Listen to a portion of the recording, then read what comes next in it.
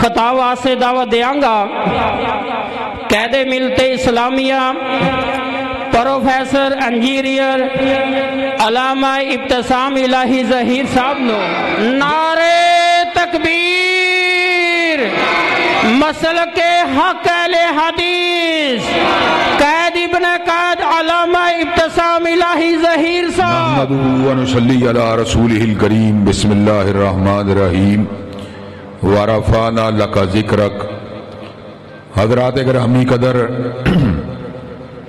متہ stop پر آج اللہ تعالیٰ کے فضل و کرم سے ایک نئے مرکز توحید کا اور ایک اللہ تبارک و تعالیٰ کے گھر کا افتتاح ہو رہا ہے۔ یہ اللہ تعالیٰ کے گھر زمین کے پر اللہ تبارک و تعالیٰ کی طرف سے سب سے مقدس جگہوں کے طور پر جانے اور پہچانے جاتے ہیں۔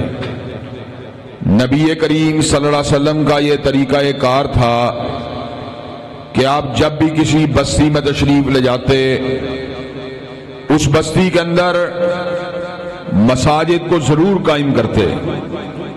نبی کریم صلی اللہ علیہ وسلم کی مساجد جو آپ نے اللہ تبارک و تعالیٰ کی بندگی اور عبادت کے لیے قائم کی ہیں، ان میں سے مسجد نبوی شریف اور مسجد قباء سر فہرست ہے۔ یہ مسجدیں کیا تھیں؟ اللہ تبارک و تعالیٰ کی توحید کا مرکز تھیں۔ یہ مسجدیں کیا تھیں؟ نمازوں کے قیام کی جگہ تھیں۔ یہ مسجدیں کیا تھیں؟ یہ اللہ تبارک و تعالیٰ کے گھر تھے جہاں پر صحابہ کرام رضوان اللہ علیہ مجمعین جوک در جوک نمازوں کی ادائیگی کے لیے تشریف لایا کرتے تھے۔ یہ مسجدیں کیا تھیں؟ ان مسجدوں سے جہاد کے قافلے جایا کرتے تھے۔ یہ مسجدیں کیا تھیں؟ ان مسجدوں کے اندر پرے اور پنچایت کے فیصلے ہوا کرتے تھے۔ یہ مسجدیں کیا تھیں؟ ان مسجدوں کے اندر مسلمانوں کی شادی بیاہ اور نکاح کی تقریبات ہوا کرتی تھیں۔ یہ مسجدیں کیا تھیں؟ ان مسجدوں کے اندر مسلمانوں کے جنازے ہوا کرتے تھے۔ یہ مسجدیں کیا تھیں؟ ان میں عقائد اور عبادات اور فکر آخرت سے متعلقہ تمام امور کے بارے میں رہنمائی ہوا کرتی تھی۔ یہ مسجدیں کیا تھیں؟ یہ مسجدیں وہ تھیں جہاں پر ریاست کے سارے معاملات کے اوپر غور و فکر کیا جاتا تھا۔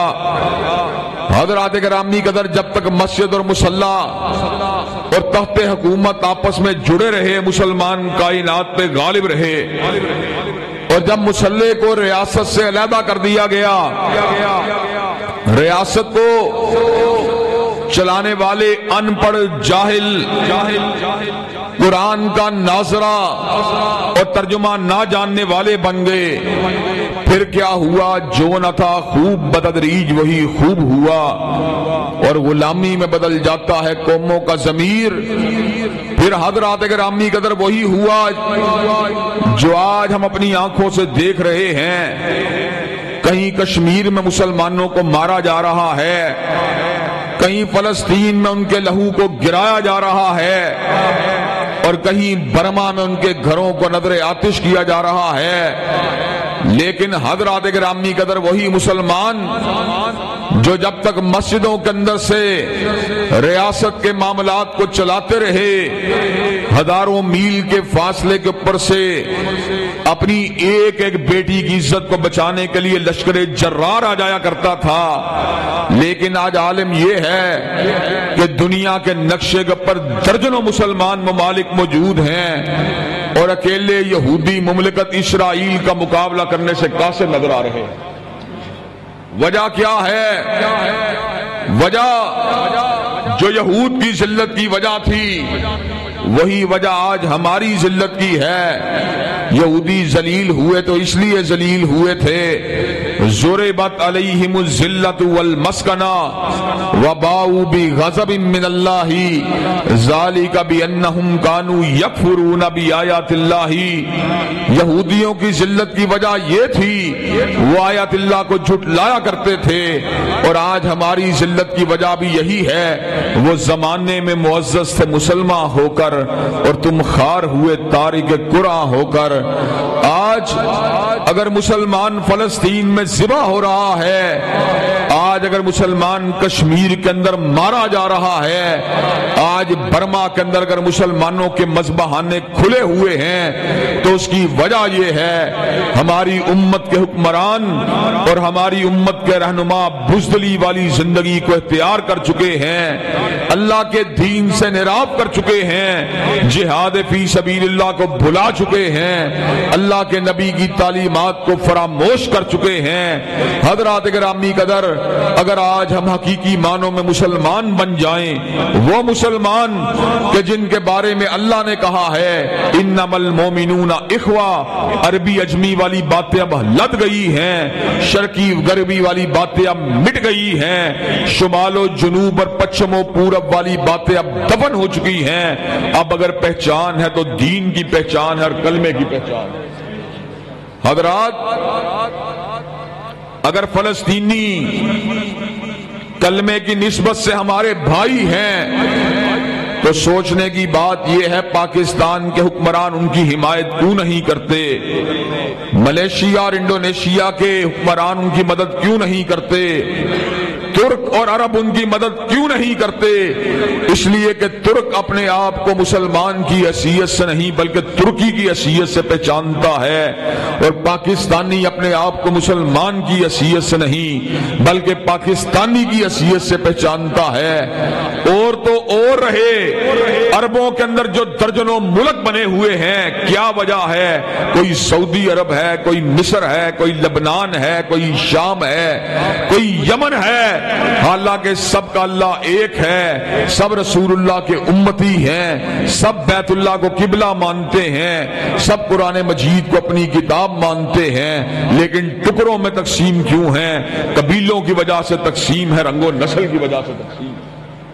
حضرات گرامی قدر، حضرت علامہ اقبال نے کہا تھا اپنی ملت پہ قیاس اقوام مغرب سے نہ کر، خاص ہے ترکیب میں قوم رسول ہاشمی، ان کی جمعیت کا ہے ملک و نسب پہ انحصار اور قوت مذہب سے مستحکم ہے جمعیت تیری.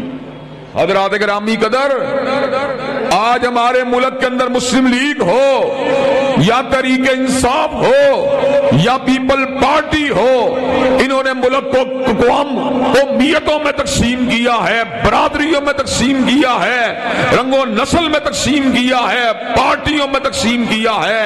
لیکن اللہ تعالیٰ کے فضل و کرم سے یہ اعداد اگر حاصل ہے، ملک کی دینی جماعتوں کو حاصل ہے، وہ پختون کو پنجابی کے ساتھ ملانے کی بات کرتی ہیں، سندھی کو بلوچی کے ساتھ ملانے کی بات کرتی ہیں، شیخ کو ارائی کے ساتھ ملانے کی بات کرتی ہیں، راجپوت کو بٹ کے ساتھ ملانے کی بات کرتی ہیں. ہم دعوت دیتے ہیں ساری پارٹیاں برادریاں چھوڑ کر بتانے رنگ و بھو کو توڑ کر ملت میں گم ہو جا. نہ تورانی رہے باقی، نہ ایرانی، نہ افغانی. جب ہم قبلے کے پاسباں بن جائیں گے، لا الہ الا اللہ کی جھنڈے کو اٹھانے والے بن جائیں گے، اللہ کے سامنے گردنوں کو جھکانے والے بن جائیں گے، رسول اللہ کو اپنا راہبر ماننے والے بن جائیں گے، رب کعبہ کی قسم ہے یہودی ہمارا مقابلہ نہیں کر سکتے. حضرات گرامی قدر، یہودی کو پتا ہے امت ٹکڑوں میں تقسیم ہے، امت قوموں میں تقسیم ہے، امت رنگ و نسل میں تقسیم ہے. رسول اللہ صلی اللہ علیہ وسلم کے دین کے غلبے کی کون بات کرے گا؟ حضرات گرامی قدر، حضرت رسول اللہ کی دعوت اور پیغام کیا تھا؟ اس دعوت میں حبشہ کا بلال بھی شامل تھا، اس میں فارس کا سلمان بھی شامل تھا، اس میں صہیب رومی بھی شامل تھا، اس میں قریشی بھی شامل تھے، اس میں ہاشمی بھی شامل تھے، اس میں اموی بھی شامل تھے، اس میں مکی بھی شامل تھے، اس میں مدنی بھی شامل تھے. جب کیا ہوتا تھا, جب حی علی الصلاۃ حی علی الفلاح کی آواز آتی تھی تو پھر کیا ہوتا تھا, ایک ہی صف میں کھڑے ہو گئے محمود و ایاز, نہ کوئی بندہ رہا نہ کوئی بندہ نواز. حضرات گرامی قدر, پھر امیر اور غریب کا فرق مٹ جاتا تھا, پھر اونچ اور نیچ کا فرق مٹ جاتا تھا, پھر سردار اور غلام کا فرق مٹ جاتا تھا, پھر اونچ نیچ کا فرق مٹ جاتا تھا. آج ہمیں دوبارہ پارٹیوں سے بالا تر ہو کر, برادریوں سے بالا تر ہو کر, قبائل سے بالا تر ہو کر, رنگ و نسل سے بالا تر ہو کر امت بننے کی ضرورت ہے. آج ہمیں پھر امت بننے کی ضرورت ہے. اللہ کی قسم, ہم جب امت ہو گئے تو پھر یہود و نصارہ ہمارا مقابلہ نہیں کر سکتے. حضرات گرامی قدر, حضرت علامہ شہید نے آخری جلسہ عام میں خطاب کرتے ہوئے کہا تھا, وہ 313 تھے لیکن انہوں نے کفر کو گرا دیا. بدر کے اندر وہ 1000 تھے اور انہوں نے احد کے اندر کفار کو گرا دیا. وہ 1300 تھے, انہوں نے خندق میں 24,000 کو گرا دیا. اور جب وہ 10,000 ہوئے تو پھر پورے حجاز میں ان کا مقابلہ کرنے والا کوئی بھی باقی نہ رہا. حضرات گرامی قدر, آج اس حلقہ انتخاب میں اللہ کے فضل و کرم سے لاکھوں کی تعداد میں دین سے محبت کرنے والے موجود ہیں, لیکن جب مقابلہ کرنے کی بات آتی ہے ہم مسلم لیگ اور تحریک انصاف کا مقابلہ کرنے سے گھبرا جاتے ہیں. لیکن انشاءاللہ ہم اس علاقے کے نوجوانوں کی خودداری کو جگا کے چھوڑیں گے, ان کی غیرت کو انشاءاللہ بڑکا کے چھوڑیں گے, ان میں جذبہ جہاد کو انشاءاللہ اجاگر کر کے چھوڑیں گے, سرمایہ دارانہ اور جاگیردارانہ نظام کو انشاءاللہ گرا کے چھوڑیں گے اور پورے علاقے میں پرچم اسلام کو انشاءاللہ اٹھائیں گے. نعرے تکبیر, قید محترم قدم بڑھاؤ, قید محترم قدم بڑھاؤ, نعرے تکبیر.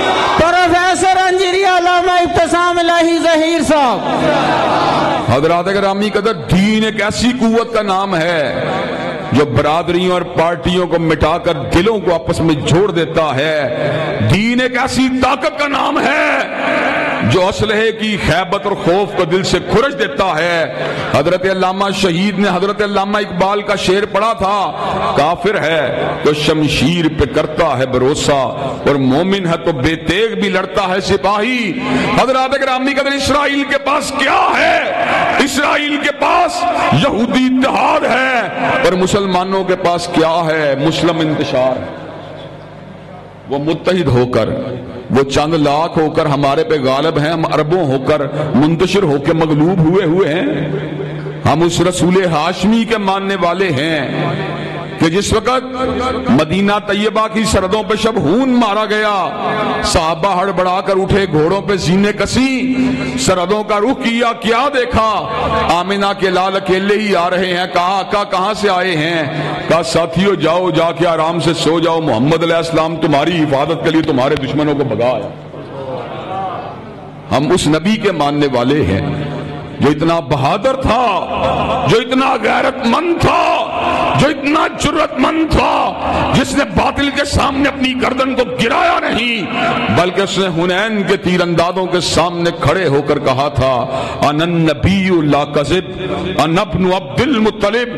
جس طرح اس بات میں کوئی شک نہیں, میں عبد المطلب کا پوتا ہوں, عبداللہ کا لہتے جگر ہوں, آمنہ کا نور نظر ہوں, اسی طرح اس بات میں بھی کوئی شک نہیں, رب نے مجھ کو نبی بنا کے بھیجا. اور نبی وہ ہوتا ہے جو دشمنوں کے سامنے سینہ تو تان سکتا ہے, کبھی پشت کو کرنا گوارا نہیں کر سکتا.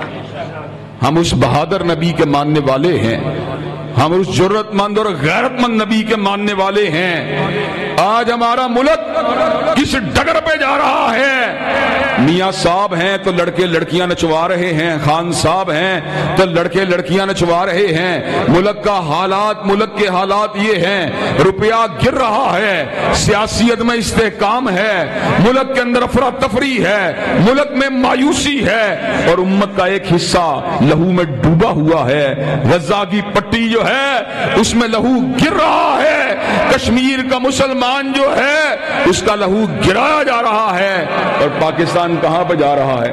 28 اکتوبر سے لے کر 12 نومبر تک ناچ گانے کے دن منائے جا رہے ہیں۔ 28 اکتوبر سے لے کر 12 نومبر تک اس ملک میں جشن منایا جا رہا ہے۔ یہ جشن در حقیقت ہماری اہلاکی موت کے اوپر منایا جا رہا ہے۔ در حقیقت ہم اس وقت ایک مردہ قوم کی حیثیت اختیار کر چکے ہیں۔ یہ بربت کیا ہے، یہ پیانو کیا ہے، یہ گٹار کیا ہے، یہ ستار کیا ہے، یہ ڈھول کیا ہے، یہ ڈمکا کیا ہے۔ حضرت علامہ اقبال نے پتہ کیا کہا تھا؟ آج تجھ کو بتاتا ہوں، آج تجھ کو بتاتا ہوں تقدیر امم کیا ہے، آج تجھ کو بتاتا ہوں تقدیر امم کیا ہے۔ شمشیر و سناول، شمشیر و سناول، طاؤوس اور واباہر۔ حضرت علامہ نے کہا اگر ترقی کرنا چاہتے ہو، اگر زمین کے اوپر دھرتی پہ غالب آنا چاہتے ہو تو تیر و تلوار کو پکڑ لو، اگر زمین کے اوپر دبنا چاہتے ہو، گرنا چاہتے ہو تو بربت اور پیانو کو پکڑ لو۔ تجھ کو بتاتا ہوں تقدیر امم کیا ہے، شمشیر و سناول، طاؤوس اور باباہر۔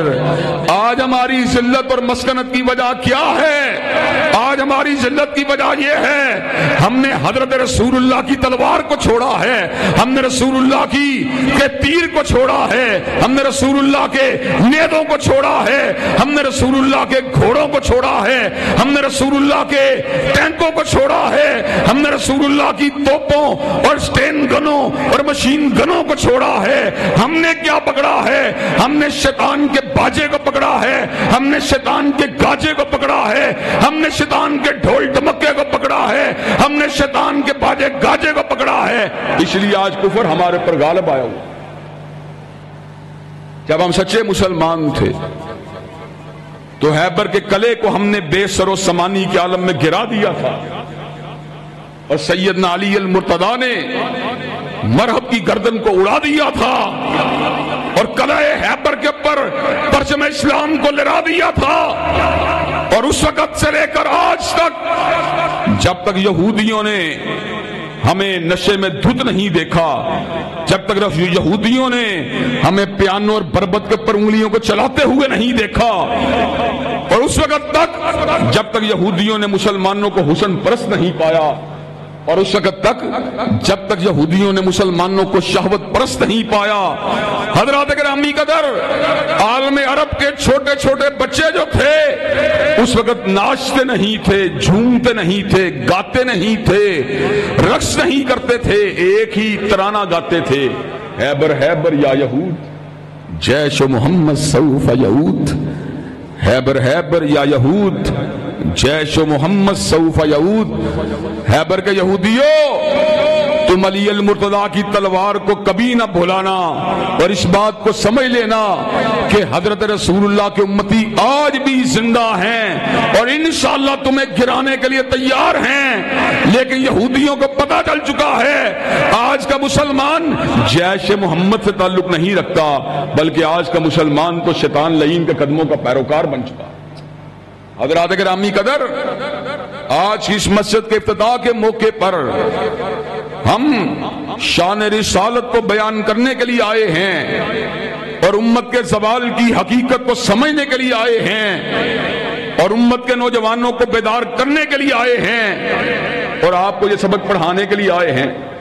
ایک طرف سرمایہ دار ہیں، ایک طرف جاگیردار ہیں، ایک طرف نوٹوں کی بوریاں ہیں، ایک طرف وسائل کی فراوانی ہے، ایک طرف بینک بیلنس ہے، ایک طرف چودراہٹیں ہیں، ایک طرف دھڑے ہیں، دوسری طرف اللہ کی حاکمیت کا جذبہ ہے، دوسری اللہ کی حاکمیت کا درد ہے، حضرت رسول اللہ کے نظام کی خواہش ہے، اور اللہ کے فضل و کرم سے ہم اس علاقے کے اندر ایک مرتبہ پھر مارکہ حق و باطل میں حصہ لیں گے۔ وہ ناچتے گانے گاتے ہوئے آئیں گے، ہم اللہ اکبر کا نعرہ لگاتے ہوئے آئیں گے۔ نعرہ تکبیر! قائد ملت علامہ ابتسام الہی ظہیر، حق کی صبح باطل کی شام، حق کی صبح باطل کی شام، وہابیوں کا حکمران، وہابیوں کا حکمران قائد ملت علامہ ابتسام الہی ظہیر۔ وہ ناشتے گاتے ہوئے آئیں گے، ہم اللہ اکبر کا نعرہ لگاتے ہوئے۔ وہ بربت اور پیانوں کو لے کے آئیں گے، ہم جذبہ جہاد کو لے کے آئیں گے۔ وہ بے پردہ عورتوں کو لے کے آئیں گے، ہم تہجد گزار بوڑھوں کی داڑھیوں کو لے کے آئیں گے۔ اور انشاءاللہ نصر من اللہ و فتح قریب، وہ ہمارے پاس وسائل کی طاقت ان کے مقابلے پہ نہیں ہے، وہ ہمارے پاس پارٹی برادری ان کے مقابلے پہ نہیں ہے، لیکن انشاءاللہ اللہ کی نصرت ہمارے ساتھ۔ انشاءاللہ اللہ کی نصرت کے ساتھ ہم ان جاگیرداروں کو گرا کے چھوڑیں گے، ان سیکولر پارٹیوں کو میدان سے بگا کے چھوڑیں گے۔ میاں صاحب کہہ رہے تھے مینار پاکستان کے جلسے میں خان صاحب پہ طنز کرتے ہوئے کہ خان صاحب کے جلسے میں عورتیں ناچا گایا کرتی تھیں اور ہمارے جلسوں میں سن رہی ہیں، اور پیچھے سے فوٹوگرافر اور ویڈیو کیمرے والا عورتوں کی طرف اپنے کیمرے کو کر رہا تھا، وہاں بھی عورتیں ناچ رہی ہیں، وہاں بھی عورتیں لڑیاں ڈال رہی تھیں۔ حضرات گرامی قدر، یہ قوم کے معمار ہیں، یہ قوم کو بنانے والے ہیں، اور یہ تو قوم کو تباہ و برباد کرنے والے ہیں، یہ تو قوم کی غیرت اور حریت کا جنازہ نکالنے والے ہیں، یہ تو قوم کے ایمان اور ان کے اسلام پہ حملہ کرنے والے ہیں۔ انشاءاللہ کمزور ہونے کے باوجود، بے بس اور بے کس ہونے کے باوجود، ناتواں اور ضعیف ہونے کے باوجود انشاءاللہ حضرت علامہ شہید اور حضرت حبیب الرحمن کی روایات کو پلٹا کے چھوڑیں گے اور ان جاگیرداروں کو انشاءاللہ میدان سے بگاؤں گے۔ نعرہ تکبیر! علامہ ابتسام الہی ظہیر، وکیل صحابہ حافظ ابتسام الہی ظہیر صاحب۔ حضرات گرامی قدر، کیا آپ اس معاشرے کی تعمیر کے لیے، تحریب کے لیے نہیں، اس معاشرے کے نوجوانوں کو شب زندہ دار بنانے کے لیے اور اس معاشرے کی بیٹیوں کو شرم و حیا کا پیغام سنانے کے لیے اور اس قوم کی بچوں کو اس قوم کے بچوں کو محمد ابن قاسم اور طارق ابن زیاد بنانے کے لیے اور اس ملک سے ڈھول ڈمکے کے کلچر کو دفنانے کے لیے، کیا آپ قرآن و سنہ موومنٹ کا ساتھ دینے کے لیے تیار ہیں انشاءاللہ؟ کیا آپ قرآن و سنہ موومنٹ کے ہم قدم ہونے کے لیے تیار ہیں انشاءاللہ؟ کیا آپ ہم جیسے گناہگاروں کو ووٹ دینے کے لیے تیار ہیں انشاءاللہ؟ انشاءاللہ شب گریزاں ہوگی آہر جلوہ خورشید سے، اور یہ چمن معمور ہوگا نغمہ توحید سے۔ وآخر دعوانا الحمدللہ رب العالمین۔